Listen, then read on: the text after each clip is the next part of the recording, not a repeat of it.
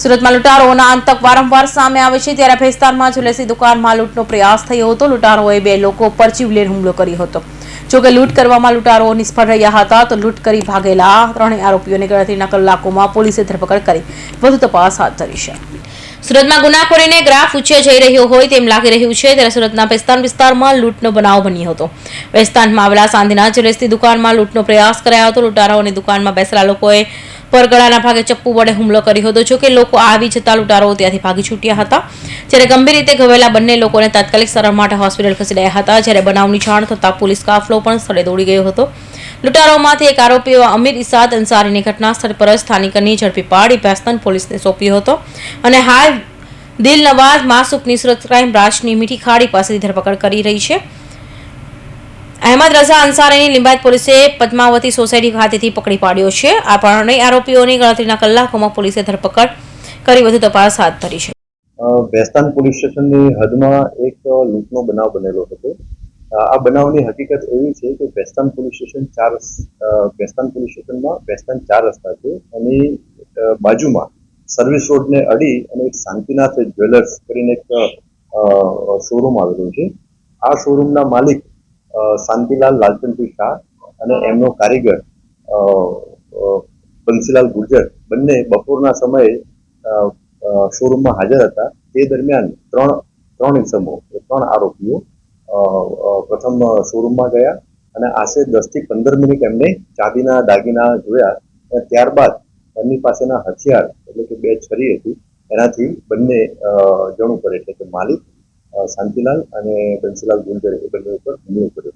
હુમલામાં બંને વિક્ટિમ એમને ગંભીર પ્રકારની ઈજાઓ થયેલી હતી અને એમને સારવાર અર્થે એપલ હોસ્પિટલમાં ખસેડવામાં આવ્યા હતા અને આ લૂંટના બનાવમાં આ 3 આરોપીઓએ એકબીજાની મદદગારીથી કુલ 6 ચાંદીની વીંટી 4800 રૂપિયાની લૂંટ કરેલી હતી।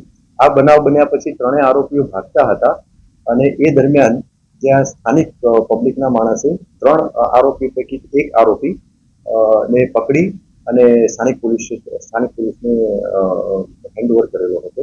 એ સિવાય 2 આરોપી હતા એ આરોપીને ઝડપી પડવા માટે સ્થાનિક પોલીસ ઉપરાંત લિંબાયત પોલીસ અને ક્રાઇમ બ્રાન્ચની ટીમો બનાવવામાં આવેલી હતી।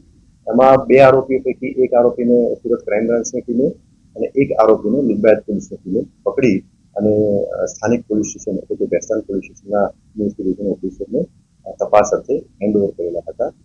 જે 3 આરોપીઓ પૈકી એક આરોપી જેને સ્થાનિક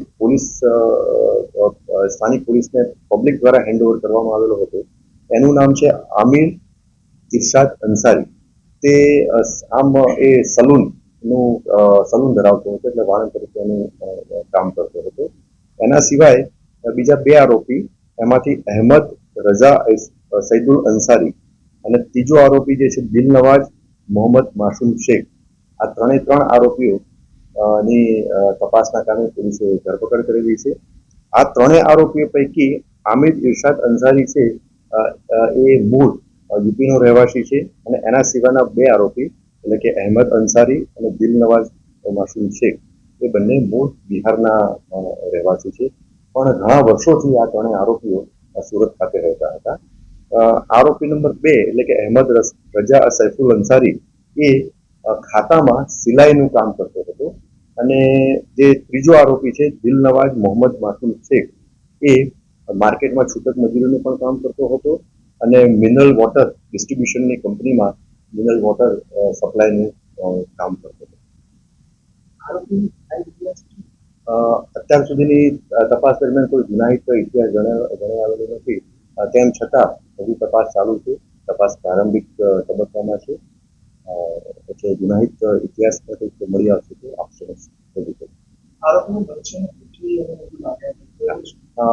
એમનો જે મરચાની ભૂકી આરોપી હથિયારની સાથે એટલે હથિયાર એટલે છરી અને એની સાથે સાથે મરચાની ભૂકીનો પણ ઉપયોગ કરેલો હતો।